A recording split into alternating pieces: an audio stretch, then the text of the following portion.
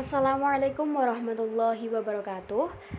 Kami dari kelompok 3 akan mempresentasikan tentang kesulitan belajar. Kelompok kami terdiri atas saya, Arina Awidat, NIM 53. Yang kedua adalah Afid Rohman, NIM 57. Yang ketiga adalah Faldila Salsabila, NIM 58. Dan yang keempat adalah Hakimatul Lubab, NIM 59. Dan yang terakhir adalah Nur Hidayah, NIM 71.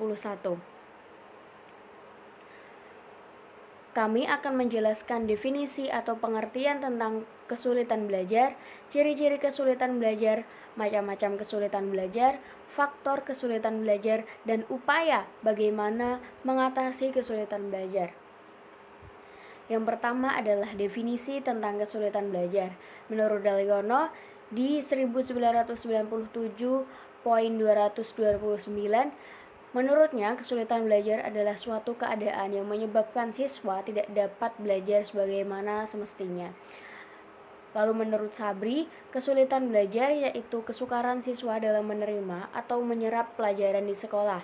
Lalu dalam definisi umum, kesulitan belajar adalah suatu kondisi di mana kompetensi atau prestasi yang dicapai tidak sesuai dengan kriteria standar yang telah ditetapkan. Nama saya Afid Rohman. Saya akan melanjutkan penjelasan dari Mbak Arina, yaitu ciri-ciri kesulitan belajar. Nilai pelajaran yang naik turun. Indikasi ini yang paling umum diperhatikan.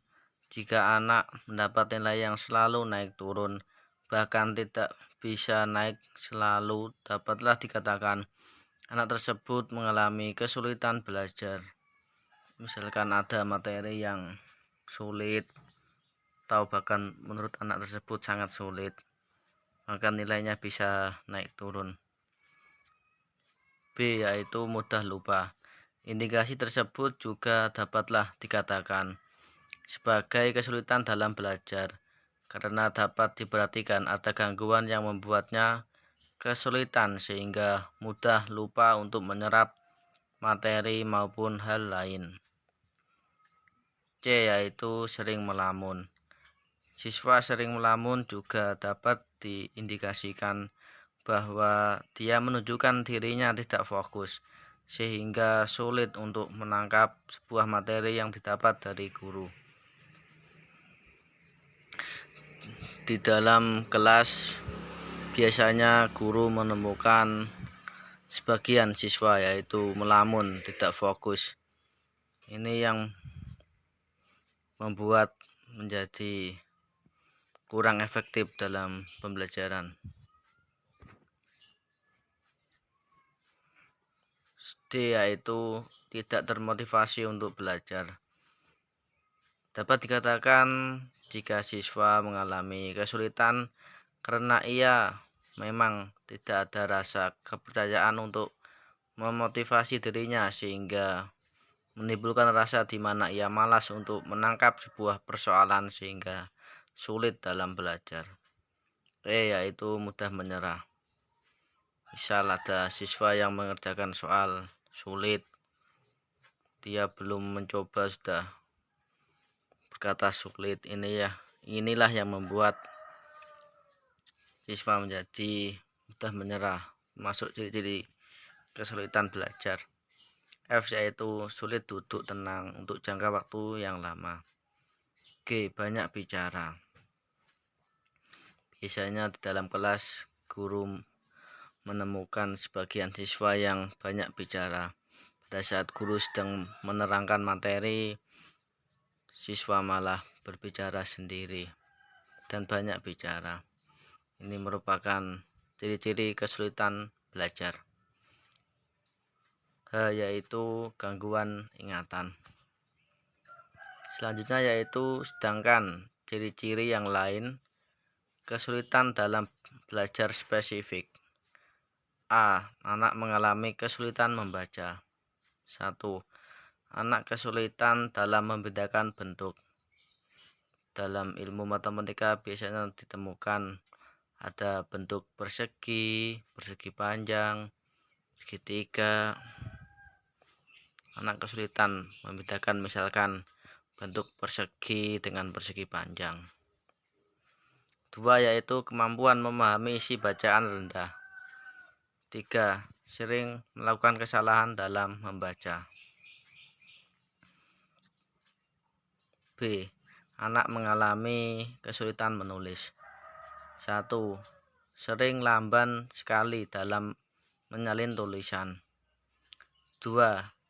Sering salah dalam menulis huruf, misal huruf B dengan P, P dengan Q, V dengan U, dan sebagainya. Jadi salah dalam menulis, misalkan mau menulis huruf B malah ditulis P, atau mau menulis huruf Q malah ditulis huruf P.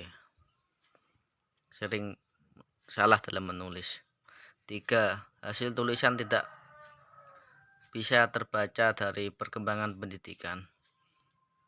C. Anak yang mengalami kesulitan berhitung. 1. Sulit membedakan tanda penjumlahan, pengurangan, perkalian, dan pembagian. 2. Sulit mengapresiasikan bilangan. 3.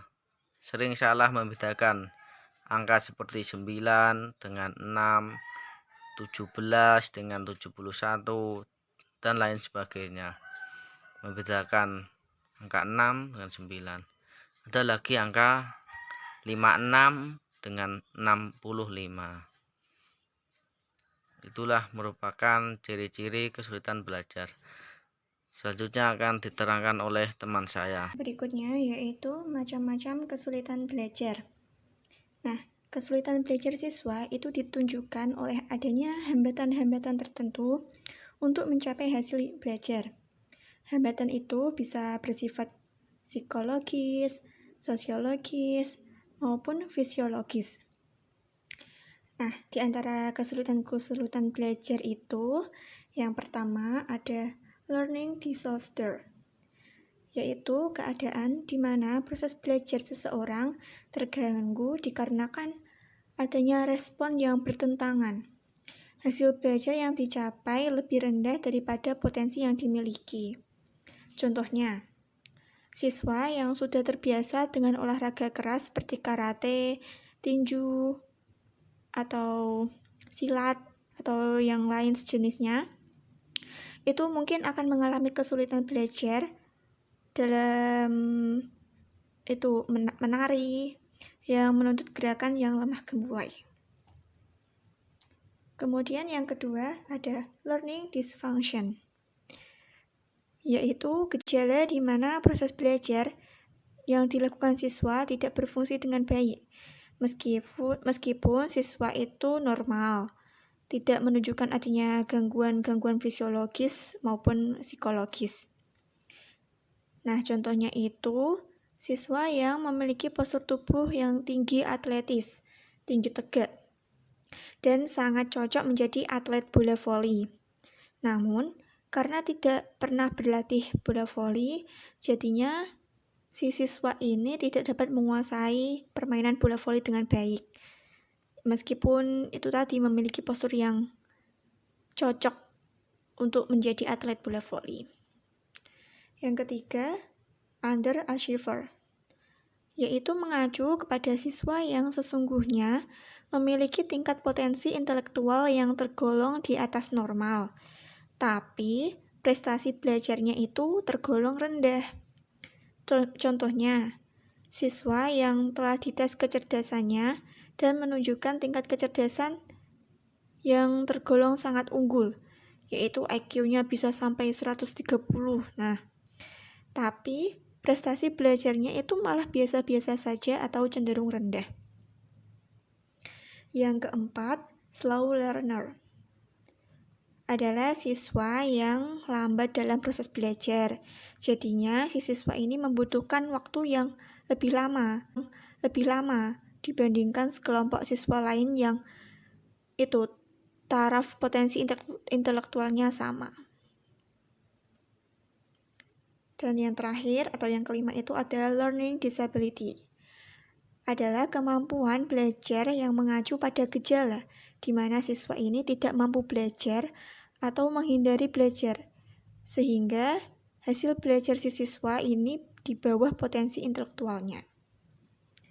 Nah, itu tadi macam-macam kesulitan belajar. Untuk materi selanjutnya akan dijelaskan oleh rekan saya. Baik, materi yang selanjutnya yaitu mengenai faktor-faktor yang mempengaruhi kesulitan belajar.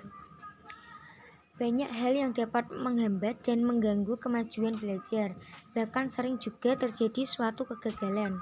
Faktor-faktor yang menyebabkan kesulitan belajar pada pokoknya dapat digolongkan menjadi dua faktor, yaitu faktor internal dan faktor eksternal. Nah, adapun faktor internal yaitu yang pertama faktor fisiologis, yang kedua faktor psikologis, yang terakhir yaitu faktor intelektual. Faktor psikologis itu tersendiri yaitu faktor yang menjelaskan bahwa faktor fisiologis berkaitan dengan fungsionalisasi tubuh, misalnya kemampuan koordinasi tubuh, ketahanan tubuh, kesehatan, dan fungsionalisasi anggota gerak tubuh, misalnya kesiapan otak dan sistem syaraf dalam menerima, memproses, menyimpan, ataupun memunculkan kembali informasi yang sudah disimpan. Nah, kondisi fisiologis pada umumnya sangat berperan terhadap kemampuan bagi seorang anak yang dalam keadaan segar jasmaninya. Akan berbeda belajarnya dengan anak yang ada dalam kelelahan. Anak-anak yang kurang gizi akan mudah cepat lelah, mudah mengantuk, sehingga dalam kegiatan belajarnya mengalami kesulitan dalam menerima pelajaran. Yang selanjutnya yaitu mengenai faktor psikologis atau kejiwaan. Faktor kejiwaan berkaitan dengan emosionalisasi siswa. Siswa kurang mampu untuk mengontrol kondisi emosionalnya sehingga berpengaruh terhadap kinerjanya. Ketika kondisi emosionalnya atau kejiwaannya siswa mengalami masa labil, kecenderungan siswa akan bertindak gegabah, ceroboh, acuh, dan cenderung mudah terpancing untuk marah. Emosional dapat dipengaruhi dari lingkungan luar, misalnya suatu tindakan orang lain kepadanya, atau kekerasan, hukuman, dan sebagainya. Nah, adapun yang termasuk faktor-faktor psikologis yang mempengaruhi proses belajar antara lain adalah inteligensi, perhatian, minat, bakat, motif, kematangan, dan kesiapan. Di antaranya yaitu ada perhatian, bakat, minat, motivasi. Nah, itu di antaranya. Yang selanjutnya yaitu faktor intelektual. Faktor intelektual merupakan faktor kecerdasan siswa. Setiap siswa memiliki tingkat kecerdasan yang berbeda. Kemampuan intelektual berkaitan dengan kemampuan siswa untuk menangkap materi, mengolah, menyimpan, hingga merecall materi untuk digunakan. Ada siswa yang memiliki kemampuan intelektual yang tinggi, cepat menyerap materi, mudah mengolah materi. Nah, kemampuan menyimpan materi yang baik atau short term memory dan long term memory, serta mudah untuk merecall materi ketika dibutuhkan. Ada siswa yang memiliki kemampuan intelektual yang sedang, dan ada yang rendah di mana sulit untuk menyerap materi, sulit mengolah data, sulit untuk menyimpan materi, terutama long term memory, sehingga sulit untuk merecall materi. Yang selanjutnya yaitu mengenai faktor eksternal. Faktor eksternal dibedakan menjadi 3. Di antaranya yaitu faktor keluarga, faktor pendidikan, dan masyarakat.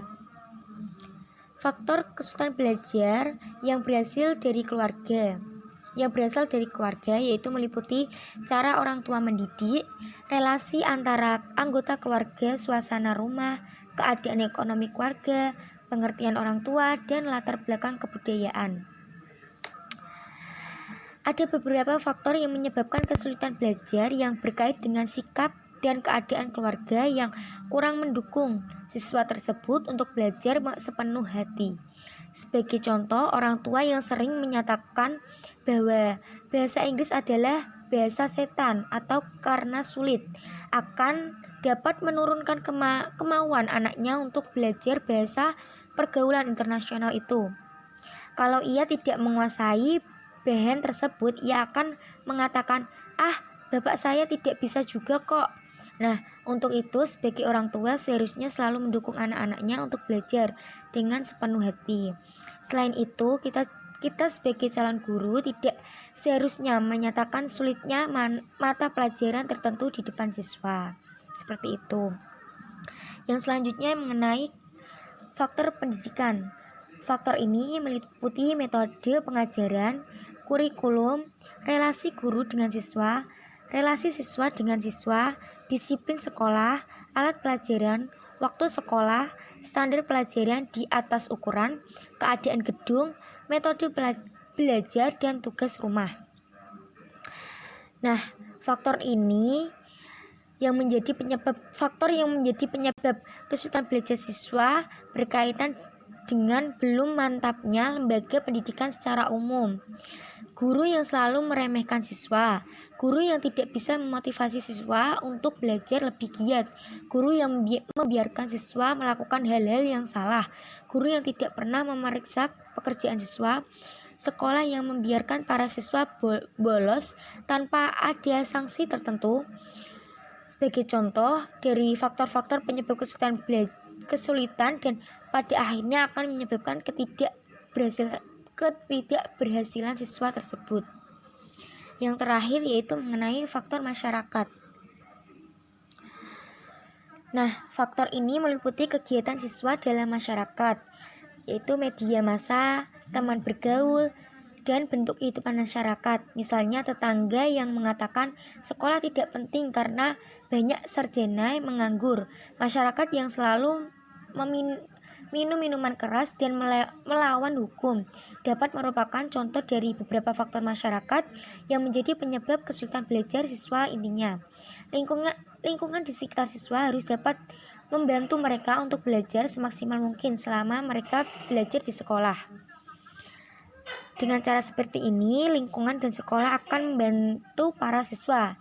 Harapan bangsa ini untuk berkembang dan bertumbuh menjadi lebih cerdas.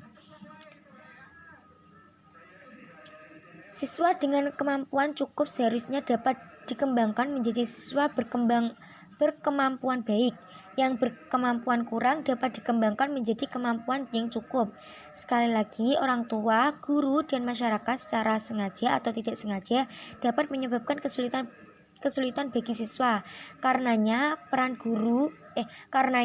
orang tua dan guru dalam membentangi para siswa dari pengaruh negatif masyarakat sekitar, di samping perannya dalam memotivasi para siswa untuk tetap belajar, menjadi sangat menentukan. Berdasarkan penjelasan faktor penyebab kesulitan belajar di atas, yaitu sudah seharusnya menyadari akan adanya beberapa siswa yang mengalami kesulitan atau kurang berhasil dalam proses pembelajaran. Hal itu disebabkan oleh beberapa faktor tertentu sehingga mereka tidak dapat belajar yang kurang berusaha sesuai dengan kekuatan mereka. Idealnya, setiap guru harus berusaha dengan sekuat tenaga untuk membantu siswa keluar dari setiap kesulitan yang menghimpitnya.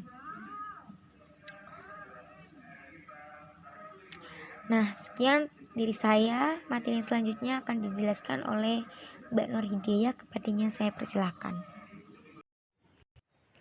Baik, saya Nur Hidayah NIM 71 akan melanjutkan materi tentang upaya mengatasi kesulitan belajar, yaitu ada fisiologis, sosiologis, kejiwaan, intelektual, dan kependidikan.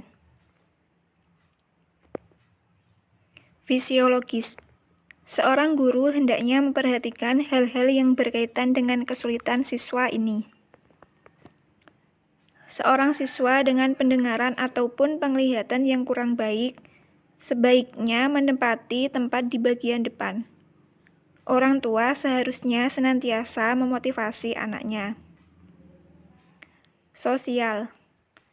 Lingkungan di sekitar siswa harus dapat membantu mereka untuk belajar semaksimal mungkin selama mereka belajar di sekolah. Orang tua dan guru harus membentengi para siswa dari pengaruh negatif masyarakat sekitar. di samping perannya dalam memotivasi para siswa untuk tetap belajar. Kejiwaan intelektual dan pendidikan.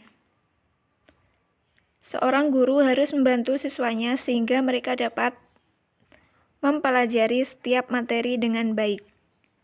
Guru hendaknya mengecek dan membantu siswanya menguasai pengetahuan prasyarat, sehingga mereka dapat mempelajari materi baru dengan baik. Guru sudah seharusnya menyadari akan adanya beberapa siswa yang mengalami kesulitan atau kurang berhasil dalam proses pembelajarannya. Sekian dan terima kasih. Mohon maaf apabila ada kekurangan dan salah kata. Wassalamualaikum warahmatullahi wabarakatuh.